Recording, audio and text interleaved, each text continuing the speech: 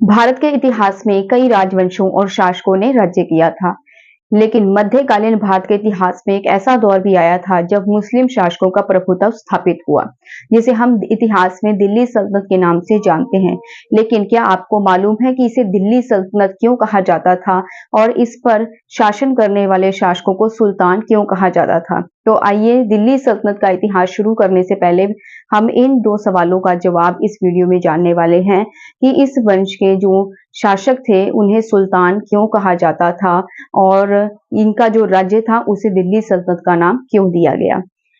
Good evening everyone, my self Neha और आप सभी का मेरे यूट्यूब चैनल पे बहुत बहुत स्वागत है। पिछली वीडियो में हमने जाना था कि तुर्की विजय के कारण क्या क्या थे। आज हम दिल्ली सल्तनत का इतिहास जानने से पहले इन दो प्रश्नों के जवाब जो हैं आपको देने वाले हैं, जिनसे आपको अच्छे से इस चैप्टर की गहराइयों को आप समझ सके। तो चलिए शुरू करते हैं अपने इस टॉपिक। भारत में 13वीं शताब्दी में जिस तुर्की राज्य की स्थापना हुई थी, उनके राज्य को सल्तनत और उनके जो शासक थे उन्हें सुल्तान क्यों कहा जाता था, चलिए जानते हैं। तो जैसा कि हम जानते हैं, पिछली वीडियो मैंने आपको बताया था कि किस प्रकार से तुर्की शासक जो हैं उन्होंने पृथ्वीराज चौहान को पराजित करके अपनी सत्ता स्थापित की थी। तो ये जो तुर्क वंश का शासन था यह 13वीं शताब्दी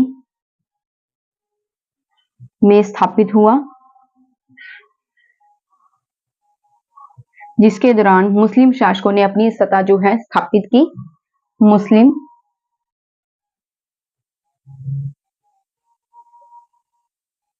शासकों ने अपनी सत्ता स्थापित की और इनका जो राज्य था वह लगभग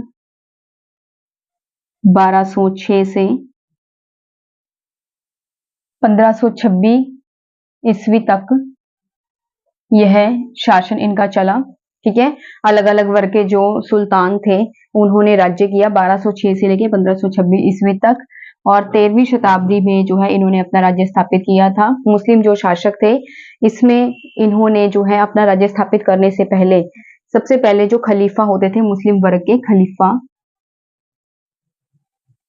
उनसे यह परमिशन लेते थे राज्य करने की। ठीक है, समय समय पे जो सनद पत्र होता था, सनद पत्र जिसे हम प्रमाण पत्र भी कहते हैं, प्रमाण पत्र भी कहते हैं। जैसे कि आज के समय में जब भी कोई राष्ट्रपति या प्रधानमंत्री जब अपने अहूदे पे या अपने पद पे जब विराजमान होते हैं, ठीक है, जो भी कोई नया राष्ट्रपति या पदाधिकारी जो भी है, जब वह अपने जो है पद पर बैठते हैं तो उस समय के दौरान वह क्या करते हैं, उन्हें भी जो है अपने पद पर ग्रहण करने से पहले शपथ दिलाई जाती है। तो इसी प्रकार से उस समय में भी ऐसा होता था। ठीक है, चीजें वही है, सिर्फ थोड़ा सा तरीका बदल गया है या उनका नाम बदल गया है, चीजें उसी प्रकार से हैं। ठीक है, तो यहाँ पर जो है 13वीं शताब्दी में जब मुस्लिम शासक थे यानी कि जो तुर्क वंश के शासक थे, उन्होंने जब राज्य अपना स्थापित किया था दिल्ली पर, ठीक है, उन्होंने उनका जो राज्य था 1206 से लेकर 1526 ईस्वी तक माना जाता है, क्योंकि उसके बाद तो मुगल्स आए थे। ठीक है, मुगलों का राज हुआ। तो उस समय में जब वे अपना राज्य स्थापित किया उन्होंने समय समय पर जो है खलीफा से, खलीफा कौन होता है, मुस्लिम वर्ग का सबसे प्रधान अधिकारी होता है खलीफा। ठीक है, तो उनसे उन्होंने समय पर वो प्रमाण पत्र या सनद पत्र परमिशन लेते थे। ठीक है, तो इसका मतलब है वो पहले परमिशन लेते थे। जब यहाँ से परमिशन उन्हें मिल जाती थी, आज्ञा मिल जाती थी, तो वह अपने पद पर ग्रहण कर लेते थे। ठीक है, तो इसी प्रकार से इनके जो शासक वर्ग होते थे उन्हें सुल्तान कहा जाता था, क्योंकि वह समय समय पर क्या करते थे, अपने खलीफा से सनद पत्र या प्रमाण पत्र जो है वह हासिल करते थे। तो खलीफा जो है मुस्लिम वर्ग के धार्मिक नेता होते हैं और प्रमुख नेता होते हैं, मेन हेड जिसे हम कहते हैं। ठीक है, और हजरत मोहम्मद के बाद जो है यही प्रमुख नेता हैं। इनके अंडर रह के ही जो अलग अलग मस्जिद होती है उसमें जो काजी या मौलवी लोग होते हैं वह कार्य करते हैं। इस प्रकार से जो है खलीफा से इन्होंने परमिशन ली थी, समय समय पर सनद पत्र या प्रमाण पत्र जो है प्राप्त किया, जिसके कारण इन्हें सुल्तान का दर्जा दिया गया।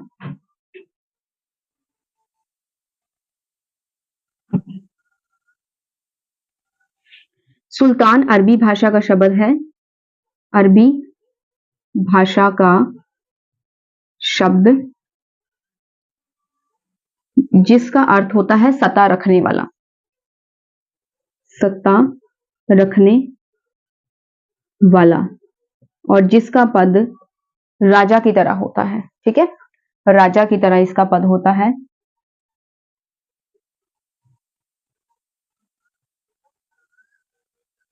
इस प्रकार से ये तो हमें क्लियर हो गया कि इन्हें सुल्तान का दर्जा क्यों दिया जाता था, क्योंकि ये समय-समय पर जो खलीफा थे, उनसे प्रमाण पत्र जो है प्राप्त करते थे, उसके बाद परमिशन लेने के बाद ही जो है गद्दी पे बैठते थे, इसीलिए और ये एक मुस्लिम शासक थे, इसीलिए इन्हें सुल्तान का दर्जा दिया गया था। सुल्तान का जो शब्द है, ये अरबी भाषा का शब्द है, जिसका अर्थ होता है सत्ता रखने वाला, यानी कि राजा की तरह। जिस प्रकार से राजा जो है राज्य करता है, ठीक है? इसी प्रकार से सुल्तान का अर्थ भी यही हुआ।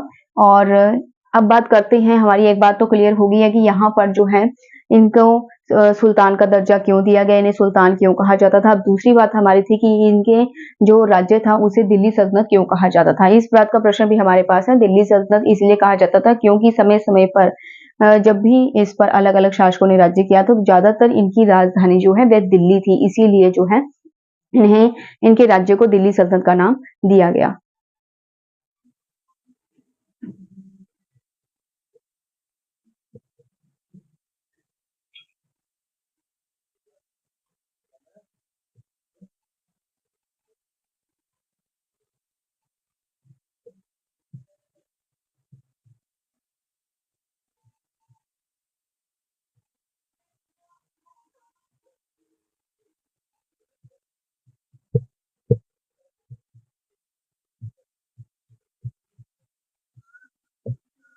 तो जब भी जो है अलग-अलग सुल्तानों ने इस पे राज्य किया था, तो उनके शासन के अंतर्गत जो है इसकी राजधानी तकरीबन दिल्ली ही रही थी।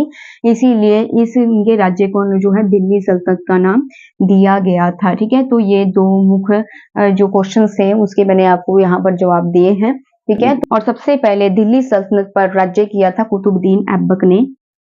कुतुबुद्दीन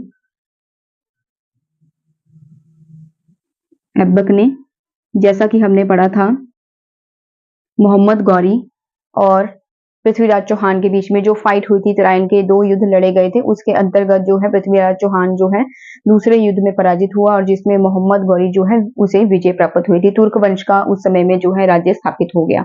अब जो तुर्क वंश का जो शासक है मोहम्मद गौरी, उसकी कोई औलाद नहीं थी, उसके जो है गुलाम थे, उनके जो है दास थे, तो वो अपने दासों को ही अपने बेटों की तरह मानता था, इसीलिए उसने अपना जो उत्तराधिकारी है अपने दासों को ही बनाया। उसके जो अलग-अलग राज्य थे उसने उन्हें अपने अलग-अलग दासों में बाँट दिया, ठीक है? तो इस प्रकार से दिल्ली सल्तनत में सबसे पहले कुतुबुद्दीन ऐबक जो कि मोहम्मद गौरी का एक दास था, उसने जो है दिल्ली सल्तनत पर सबसे पहले राज्य किया था।